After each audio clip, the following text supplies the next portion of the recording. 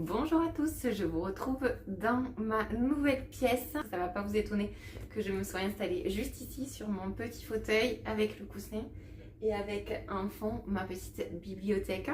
J'espère que vous allez bien, je suis contente de vous retrouver après cette longue pause d'un mois. Mais voilà, j'ai été très prise. Je pense que vous comprendrez qu'entre tout, entre refaire cette pièce, entre la nouvelle année, entre que je suis partie en vacances aussi, d'ailleurs je voulais vous raconter un petit peu comment s'était passé pour moi mes vacances. Bah écoutez, c'était trop bien. Voilà, la première étape c'est ça, c'est que je me suis régalée en Espagne. J'y ai été avec mes parents, Nico n'a pas pu nous rejoindre malheureusement, mais voilà, je me suis régalée. Nous sommes allés à notre appartement, donc nous connaissons déjà, mais en fait c'est un peu mon petit paradis, donc c'était trop bien. Donc nous avons mangé, nous avons marché, nous avons fait de la route aussi pour pouvoir visiter un peu des endroits que nous ne connaissions pas. Et puis voilà, bon par contre le plus long en fait c'est d'aller au fin fond de l'Espagne parce que notre appartement est au fin fond de l'Espagne et on y va en voiture. Alors avec Nico on préfère y aller en avion, mais avec mes parents on y va en voiture puisque on prend leur fourgon et comme ça ils ramènent des choses d'Espagne pour leur restaurant, puisque vous savez qu'ils ont un restaurant hôtel, donc ils en profitent en fait pour amener par exemple des gros jambons. J'ai coupé complètement parce que je suis partie avec mes parents. Avec Nico j'aurais osé filmer tout ça, mais avec mes parents c'est vrai que j'ai pas l'habitude et puis je voulais vraiment en profiter à 100%. Donc qu'est-ce qu'on a fait? On a beaucoup mangé. Donc déjà je vais vous insérer ici des choses typiques à prendre là-bas.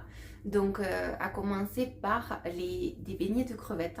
Je crois que c'est pas partout en Espagne parce que j'ai beaucoup voyagé en Espagne, on n'en trouve pas partout, mais là-bas en tout cas c'est une spécialité. Ça s'appelle des caballitos et en fait ce sont des beignets, vraiment des beignets de crevettes en tapas. Ils mettent comme une crème à l'intérieur, c'est vraiment trop bon. Donc j'ai beaucoup mangé de ça, j'ai beaucoup mangé d'aceitunas, des olives évidemment. Mes parents adorent manger les anchois parce que là-bas ça se mange énormément. Après, je vais vous mettre une photo. Moi, je ne vais pas en Espagne sans manger des churros ou bien des porras, puisqu'en fait il y a une différence et moi je préfère les porras que les churros. Les churros, vous savez, ils sont striés. C'est ceux qu'on connaît en France par ailleurs, dans les fêtes foraines, etc. Alors que les porras sont vraiment plus grosses. Ce sont vraiment des fritures, mais beaucoup plus grosses. Et elles sont pas striées, c'est tout lisse. Et en fait, quand je vais là-bas, je peux pas m'empêcher d'en manger parce que j'adore ça. Et il y a un endroit, en fait, c'est un hôtel qui est là depuis des années et des années. Et il y a de super petits déj pour pas très cher. Et donc là-bas, à chaque fois, je ne peux pas m'empêcher de prendre des churros avec du colacao. Parce que si vous allez en Espagne, si vous demandez un chocolate caliente, un chocolat chaud, en fait, ils vont vous sortir ça. Ils vont vous sortir vraiment le chocolat très épais qui permet même de tremper les churros, vous savez. Puisque le chocolat très épais, en fait, ça se voit. Hein. Je sais que ma meilleure pote, par exemple, elle adore ça. Mais moi, c'est pas du chocolat chaud. En fait, nous, ce qu'on entend par chocolat chaud, c'est du Nesquik. Et là, si vous demandez du chocolate caliente, ils vont vous regarder en vous disant non, on fait pas ça. Et ils vont surtout pas comprendre. Donc, il faut leur dire un colacao. Ou bien même un Nesquik. Parce que ça se répand. Vous savez que le Nesquik, c'est connu un peu partout. Mais il faut pas demander un chocolat chaud parce que vous aurez vraiment le chocolat très épais s'ils le font. Sinon, ils vous diront que non. Ou alors ils vous diront on a du colacao. Donc moi quand je vais là-bas je ne jure que par ça aussi. Je bois du colacao à longueur de journée, quitte à en avoir mal au ventre. Je vous ai rapproché un petit peu pour que vous soyez plus proche de moi et qu'on se retrouve davantage. Donc je disais, qu'est-ce que je disais? Je sais plus. Oui, que j'avais déjà l'estomac un petit peu patraque. Et donc de boire du lait à longueur de temps, c'était pas la meilleure idée, mais je peux pas m'en empêcher. Mes parents, quand ils se boivent un petit tinto de verano, parce que ça aussi c'est une spécialité de là-bas, moi ça peut m'arriver d'en boire, mais je suis plutôt team vraiment chocolat chaud, colacao, surtout quand on y va en janvier comme ça. Il fait évidemment meilleur qu'en France. D'ailleurs cette semaine-là, j'avais mes amis et Nico qui me disait mais il fait un temps catastrophique, c'est le déluge. Et là-bas, on a eu beaucoup de chance puisqu'on était en terrasse et même en t-shirt. Alors moi non parce que je suis frileuse, mais mon père était littéralement en t-shirt. Donc c'était trop bien parce qu'on a fait le plein de vitamines, ça m'a fait beaucoup de bien pour cette nouvelle année. Donc voilà, là à ce moment-là je bois beaucoup de chocolat chaud puisqu'en été, non, je vous cache pas que quand il fait 40 degrés je m'abstiens et je bois plutôt donc du Tinto de Verano, c'est un genre de sangria mais gazeux. Il y a également moins d'alcool que la sangria. Voilà, c'est une boisson très fraîche avec un tout petit peu d'alcool, il n'y a vraiment pas beaucoup de degrés. D'ailleurs j'en ai ramené d'Espagne, j'ai ramené des bouteilles en fait de Tinto de Verano parce qu'après j'ai eu un repas avec mes amis aussi. Avec Nico le week-end dernier on a été très pris puisqu'on a eu des amis à la maison, donc j'ai pas eu le temps de filmer quoi que ce soit le week-end puisqu'on a préparé pour les accueillir et donc on avait sorti le Tinto de Verano. Donc ça c'est très bon. Il y a aussi là-bas c'est plutôt du Nisti, c'est pas de l'Ice Tea et il y a très peu de Nisti ou d'Ice Tea à la pêche, c'est plutôt au citron. Donc j'aime bien mais je n'en bois pas 50 à la journée. Ensuite boisson, voilà, Colacao, Tinto de Verano et Nisti. Après Après, il y a une dernière spécialité dont je dois vous parler, c'est le café asiatico, le café asiatique. Donc moi, j'aime pas le café, donc je n'en bois pas, mais ma mère qui adore le café, elle en boit. C'est un café avec, je vais vous le mettre en photo juste ici, plusieurs couches, il y a plusieurs étages. Donc il y a du lait concentré, donc par contre c'est hyper gourmand. Il y a du 43, c'est un alcool de là-bas. Et il y a également, qu'est-ce qu'il y a d'autre? Bon, évidemment du café et peut-être un peu de lait, je suis pas certaine. Voilà, donc ça aussi c'est une spécialité en boisson. Pour la nourriture, donc je vous parlais des caballitos en tapas, mais il y a évidemment aussi les croquetas dont on ne peut pas se passer. Et il y en a en tout genre. Nous on aime bien goûter des croquettes diverses et variées. Il y en a évidemment au jambon, mais il y en a plein d'autres, au poisson, tout ça. Et ensuite, si vous allez en Espagne, vous ne pouvez pas passer à côté de la paella. Donc là-bas, là où je vais en Espagne, c'est dans la région de Murcia. Et là-bas, ce riz, en fait, cette paella se distingue dans la région de Murcie, puisque c'est pas exactement la même préparation. C'est dans un plat en fonte. Le riz est vraiment savoureux. C'est avec du poisson. Il y a généralement du poivron. Mais voilà, la spécialité de là-bas, c'est pas la paella, c'est le caldero ou arroz caldero, puisque arroz, ça veut dire riz. Et c'est très bon. Généralement, on se prend un plat. Donc, vous savez, c'est les grands plats. On ne peut pas le prendre tout seul. Il faut le prendre à 2 ou à 3. Et soit, après, on peut choisir quand même les variantes. Il y a avec des crevettes ou ce genre de choses, des calamars et tout ça. En parlant de calamars, je me régale moi parce que là-bas, ils font des calamars à la romaine maison. C'est à se bouffer les doigts. C'est trop bon. Avec de l'aioli. Ah oui, parce que là-bas, ils adorent l'aioli aussi. Et moi, je suis une fan d'aioli, de mayonnaise, tout ce genre de choses maison. C'est pareil. C'est à tomber par terre. Donc, vous avez compris que j'ai vraiment bien mangé. Et par ailleurs, là-bas, je ne mange pas beaucoup de desserts. Puisqu'en fait, souvent, on mange des tapas. On mange un plat et généralement, je n'en peux plus parce que en fait, les Espagnols, parfois, ils mangent que comme ça aussi. Hein. Ils mangent qu'avec des tapas parce que ça remplit le ventre, quoi. Comme ce sont des petites bouchées, on en mange facilement. Donc, je mange très peu de dessert. Et les Espagnols, quand même, excusez-moi, je vous aime trop. Mais ils sont pas forcément très forts en dessert. Les Français sont meilleurs. Mais par contre, ils sont très forts en tapas et ça, on ne peut pas leur enlever. Donc, ça me cale généralement très vite. Voilà, après, bon, je mange évidemment du poisson frais, ça c'est sûr. Quand je suis là-bas, j'en profite. Le rodaballo, c'est le turbo. J'en mange beaucoup là-bas, mais même la lubina, le bar, tout ça, c'est vraiment des poissons que je mange. Excusez-moi si la luminosité change, mais en fait, le soleil est en train de se coucher. Mais ça fait rien, je continue à blablater parce que j'ai plein de choses à dire. Je crois que j'ai fait à peu près le tour de ce que j'ai mangé, bu en Espagne. Si je pense à autre chose, je vous le mettrai là. Non mais attendez, là c'est la Mimi du futur qui vous reprend parce que j'étais en train de regarder les rushs et je me suis rendu compte que j'ai oublié de vous parler d'une spécialité culinaire obligatoire. Bon, c'est pas de la grande cuisine, mais quand même, je suis obligée de vous en parler. C'est les tostadas.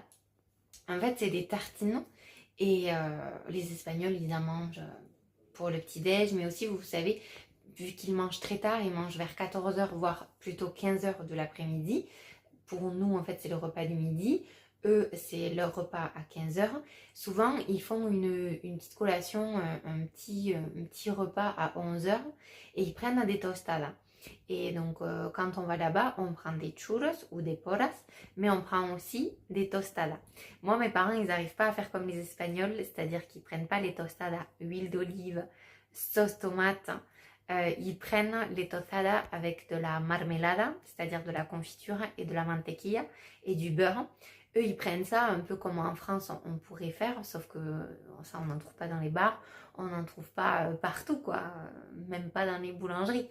En Espagne, si vous arrêtez dans un bar, 9h, 10h, 11h, voire même peut-être midi, vous pouvez prendre ces tostadas. Et moi, je prends, comme les Espagnols, tostada de tomate, parce que j'adore manger, c'est trop bizarre, mais du pain grillé avec l'huile d'olive et la sauce tomate, c'est un régal. Et peut-être que je vous ai déjà dit ça dans mes vidéos précédentes, mais quand j'ai le temps, je m'en fais aussi chez moi à la maison. Voilà pour la petite précision, j'étais obligée quand même de rajouter ça. Si jamais vous allez en Espagne, vous êtes obligé de petit déjeuner au moins une fois avec une tostada. On a eu beaucoup de chance parce qu'en en fait on est parti le 5 janvier je crois, et le 6 il y avait les rois mages, los Reyes Magos. Donc on s'est arrêté dans une ville avant d'arriver chez nous à l'appartement pour voir s'il y avait la fête et tout ça, et on a pu participer au défilé. Il y avait la cavalcada qu'ils appellent. Je vous mettrai aussi, je vous insérerai aussi une vidéo. On avait très froid à ce moment-là, mais après ça les températures sont remontées.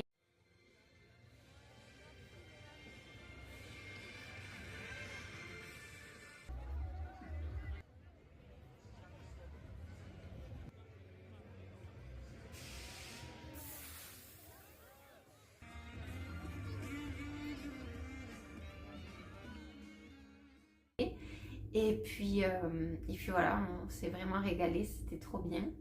J'ai fait aussi quelques courses, quelques emplettes. J'ai acheté un beau pantalon à Nico. Et puis moi, je me suis acheté aussi des habits. Alors là, je ne l'ai pas. Mais par contre, j'ai le pantalon. C'est un pantalon marron, en fait, large, dans lequel je me sens très bien. Je vous le montrerai à l'occasion. J'ai aussi acheté un gilet sans manches. C'est la mode et j'ai fini par craquer. Et puis un haut avec épaules nues. Quand je filmerai une autre fois, je vous le montrerai, ou quand je les mettrai, je vous dirai que c'est ce que j'ai acheté en Espagne. Et puis voilà pour l'Espagne, on s'est régalé et j'ai recommencé ressourcée, et tant mieux, parce que là vous savez qu'en mars, le 15 et 22 mars, il faut qu'on s'unisse tous pour aller voter, puisque ce sont les élections municipales. Et donc dans ma mairie, c'est la folie.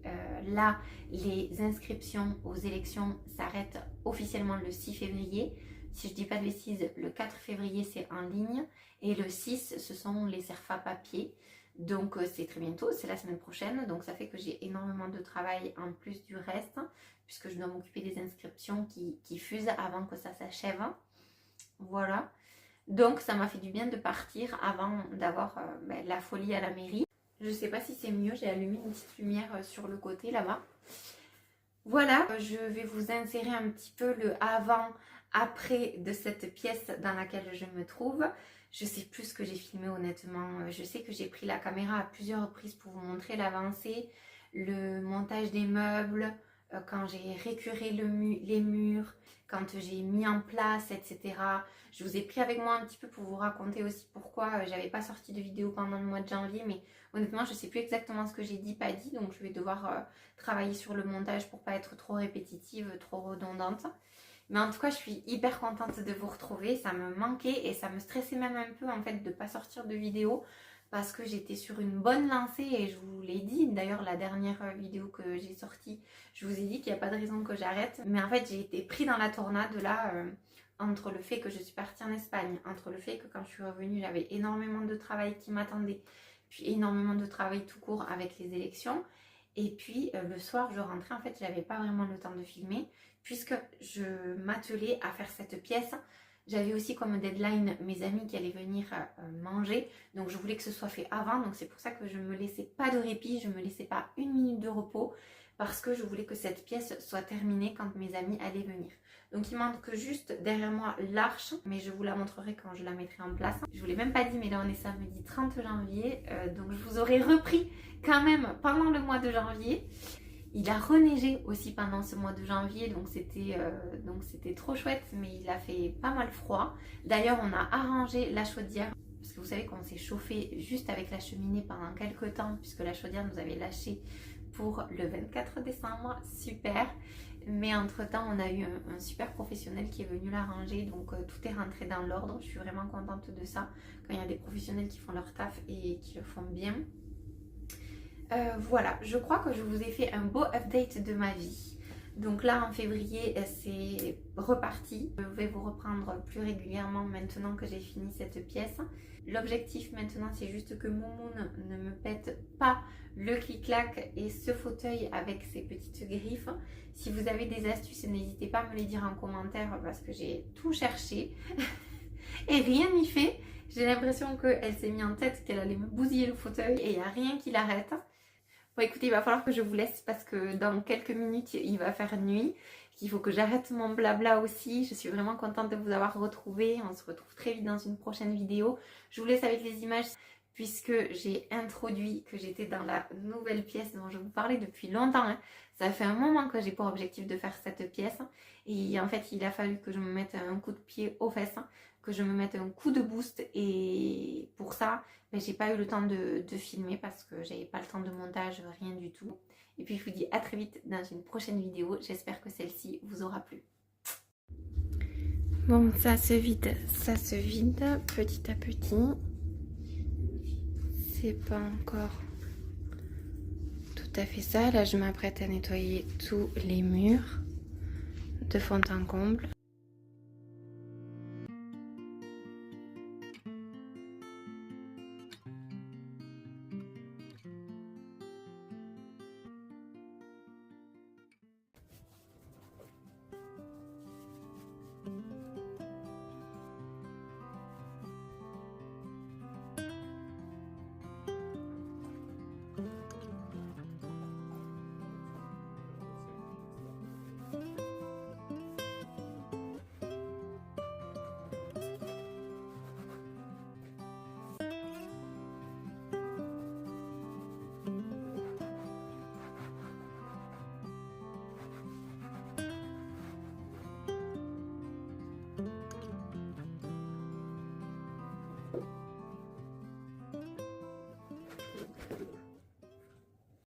J'ai acheté une housse pour mon clic-clac.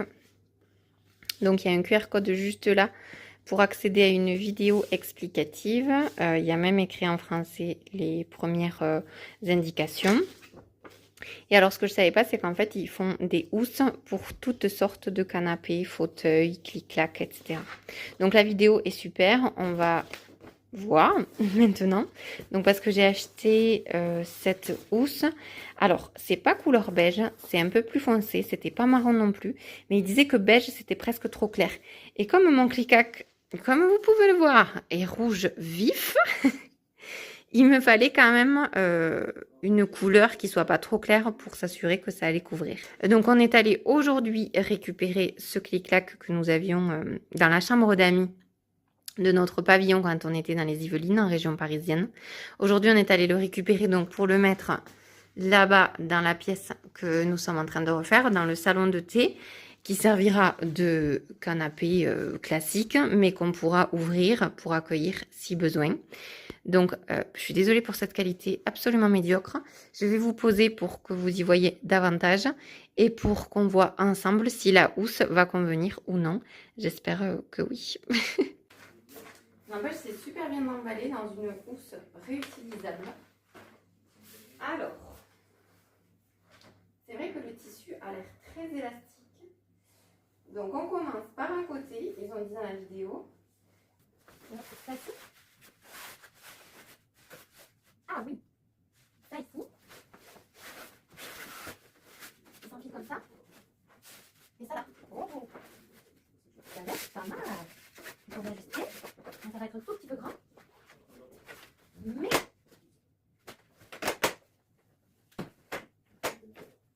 ça a l'air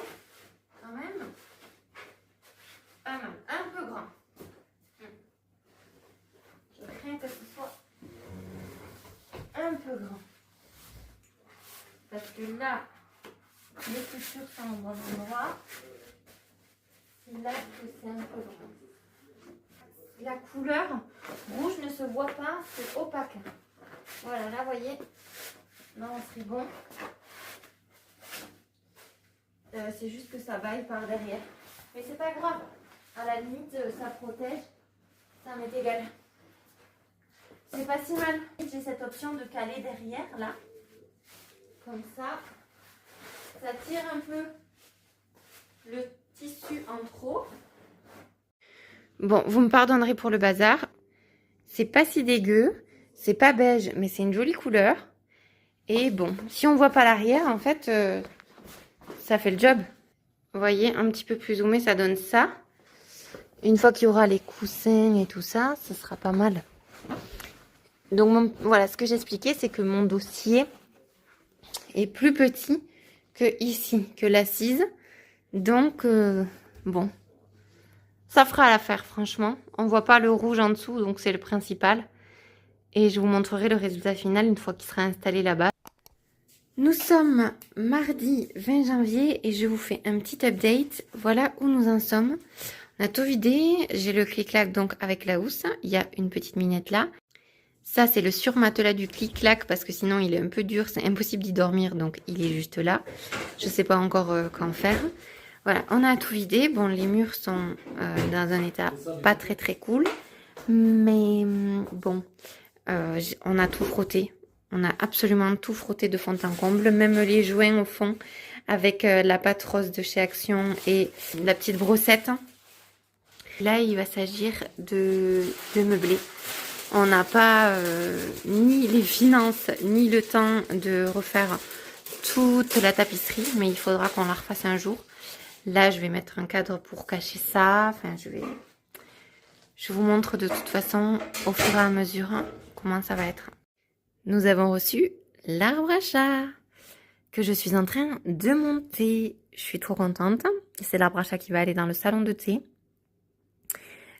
Qui va permettre à Moumoun de regarder à travers toutes les fenêtres et de chiller dans le salon de thé.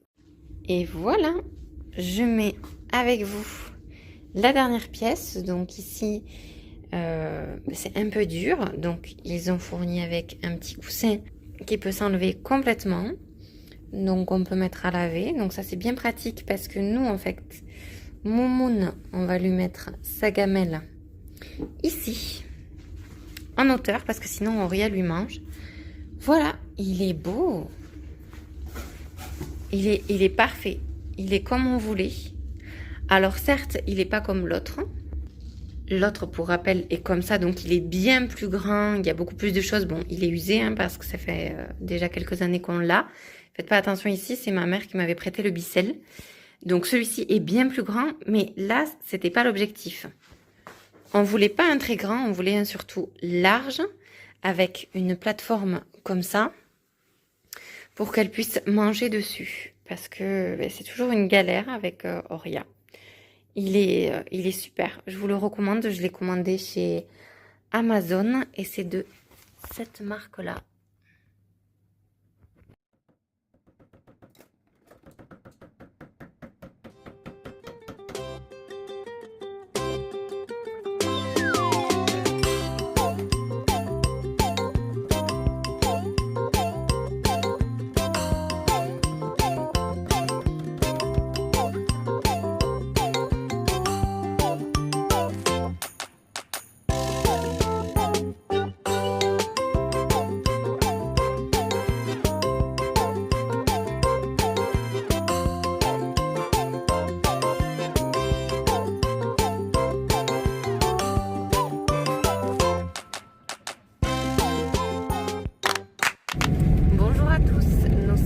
Samedi 24 janvier et ça fait un moment que je vous ai pas repris.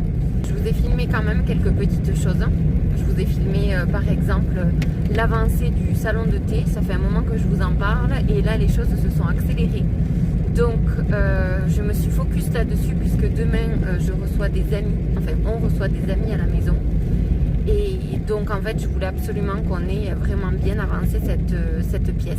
Comme la neige arrive toujours quand il ne le faut pas, là nous avons le déluge, nous avons la neige à foison. Donc je sais même pas en réalité si mes amis vont pouvoir venir demain, mais dans le doute moi je veux que tout soit calé.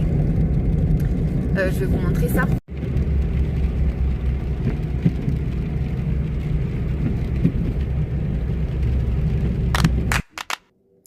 Bon, excusez-moi pour ma tête, je suis explosée. Il est bientôt 21h, je n'ai pas arrêté depuis ce matin 9h.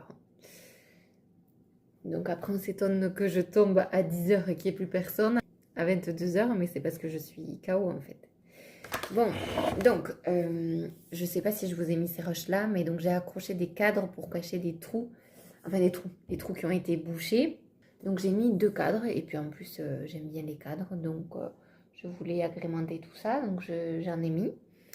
Sauf que j'avais pas bien écouté les consignes pour un des deux. Donc ça, je sais pas si vous connaissez ces petits accroche-cadres là. Ça se trouve chez Action. Et c'est super pratique parce qu'en fait, c'est facile à enlever si vous voulez déplacer le cadre. En fait, ça se décroche facilement du cadre. Et ensuite, ça, si on tire dessus parallèlement au mur, donc il ne faut pas tirer comme ça. Si votre mur, c'est ça, il ne faut pas tirer comme ça de façon perpendiculaire. Il faut tirer comme ça, en fait, vers le bas. Et ça n'abîme pas votre mur. Donc, c'est super parce que j'ai déjà testé. J'avais acheté 2 cadres. Un cadre, ça a fonctionné, mais parce que j'ai bien écouté les consignes. En fait, il faut vraiment enlever toutes les accroches derrière qui pourraient être susceptibles de surélever le cadre par rapport au mur. Donc, j'avais pas enlevé le pied, en fait, et ça n'a pas fonctionné. Le cadre est tombé, c'est pété, parce qu'en fait, ça n'a pas permis à l'accroche d'adhérer correctement au mur. Donc là, je l'ai enlevé. Je vais rabattre ceci. Voilà, j'ai rabattu ceci pour qu'il n'y ait pas de relief en fait. Et j'ai pris un cadre exprès qui soit large pour que ça puisse convenir, vous voyez, pour que la languette puisse correctement adhérer au cadre et au mur. Pour appliquer, en fait, vous en avez 4 parce que ça marche par 2. Donc il faut séparer les languettes, les accrocher. Il y a un côté comme du scratch. Là, vous ne le voyez pas, si peut-être. Il faut les accrocher ensemble.